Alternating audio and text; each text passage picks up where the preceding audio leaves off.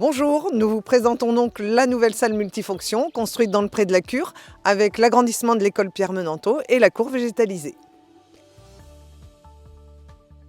On a retenu donc Cazaux avec l'architecte Monsieur Martin, puisque très vite on a vu qu'il tendait tout à fait la demande des élus qui était de s'orienter vers une salle qui utilisait un maximum de matériaux biosourcés et qui prenait en compte la problématique d'économie d'énergie que Monsieur Martin a tout à fait retranscrit dans ce projet-là.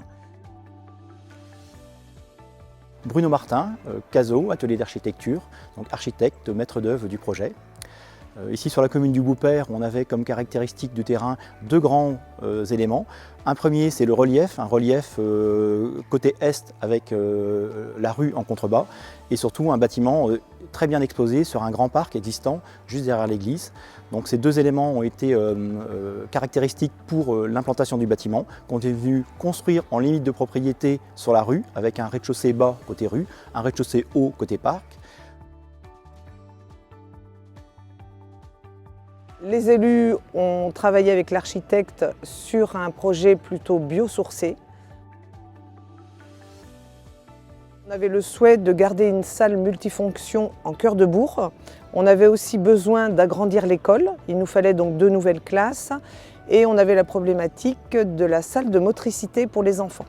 Le conseil a donc réfléchi à mutualiser tout ça. La salle de motricité se trouve donc à l'intérieur de la salle du pré de la Cure et utilisable par les associations en dehors des temps scolaires.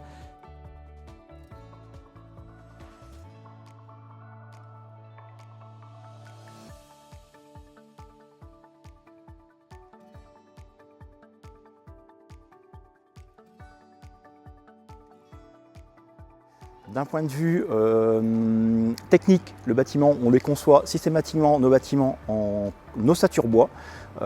Plusieurs avantages, ça permet d'avoir des bâtiments extrêmement bien isolés, des bâtiments montés très rapidement en conception-réalisation, en favorisant la fabrication en atelier et des montages très rapides sur le chantier.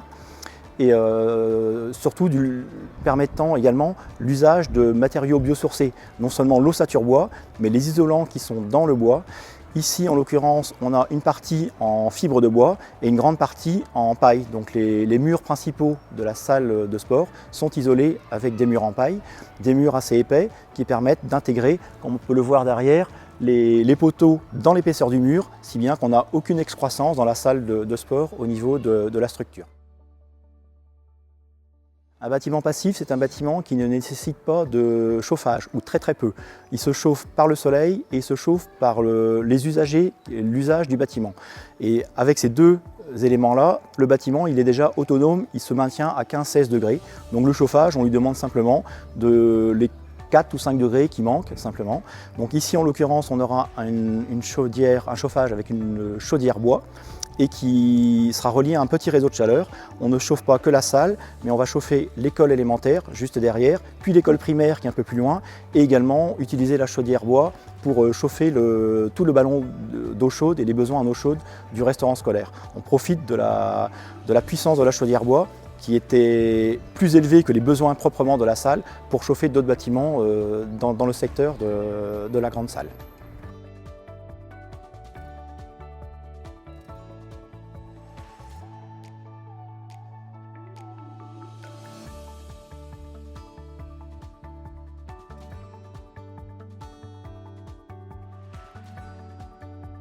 Là, on est sur la récupération du parquet. Après, on va récupérer tout l'OSB qui est sur les murs, toutes les dalles de plafond pour l'isolation, tout l'éclairage et les sanitaires qui vont être réemployés soit dans la nouvelle salle, soit au besoin dans les salles communales qui devront avoir des travaux.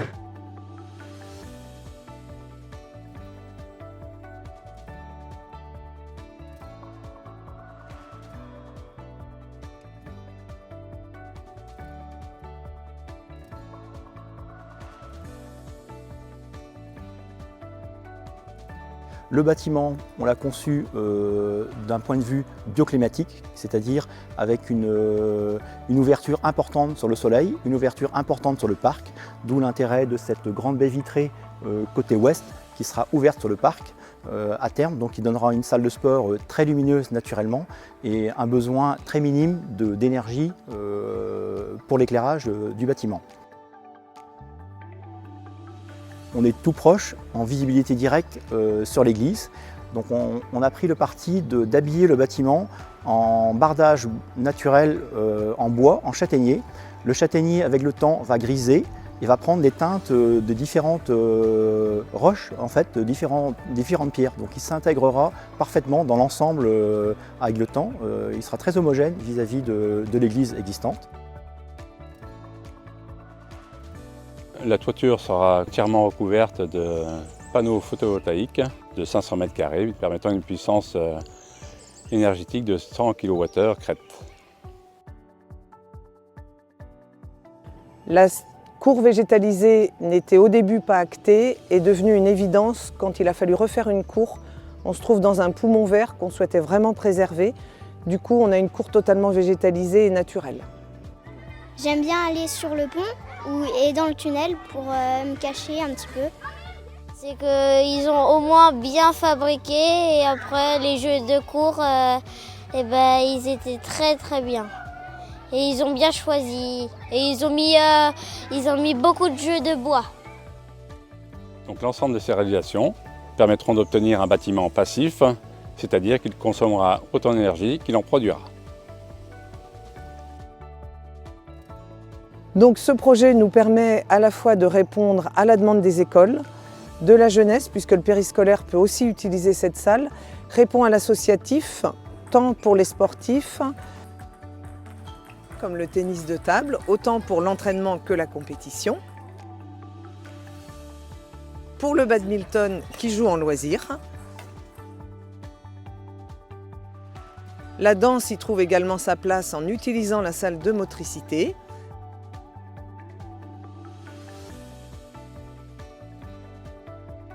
Le twirling y joue également, c'est une toute nouvelle association boupérienne.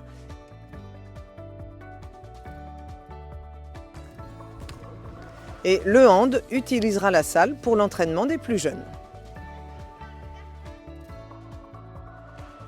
Et pour les boulistes qui ont attendu très longtemps ce projet, le dénivelé du terrain nous a permis d'intégrer la nouvelle salle des boulistes avec trois rangs de boules.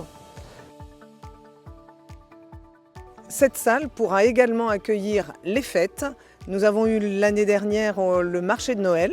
C'était une première et bien évidemment tout ce qui se passera dans le Pré de la Cure pourra bénéficier de la nouvelle salle. Je remercie Monsieur Martin, architecte du cabinet Cazaux, qui a dessiné cette salle, tous les élus qui ont travaillé avec lui pour l'imaginer. Mais je remercie également toutes celles et ceux qui, d'une façon ou d'une autre, ont contribué à rendre ce projet possible et réalisable et vous invite donc tous à profiter de cet équipement.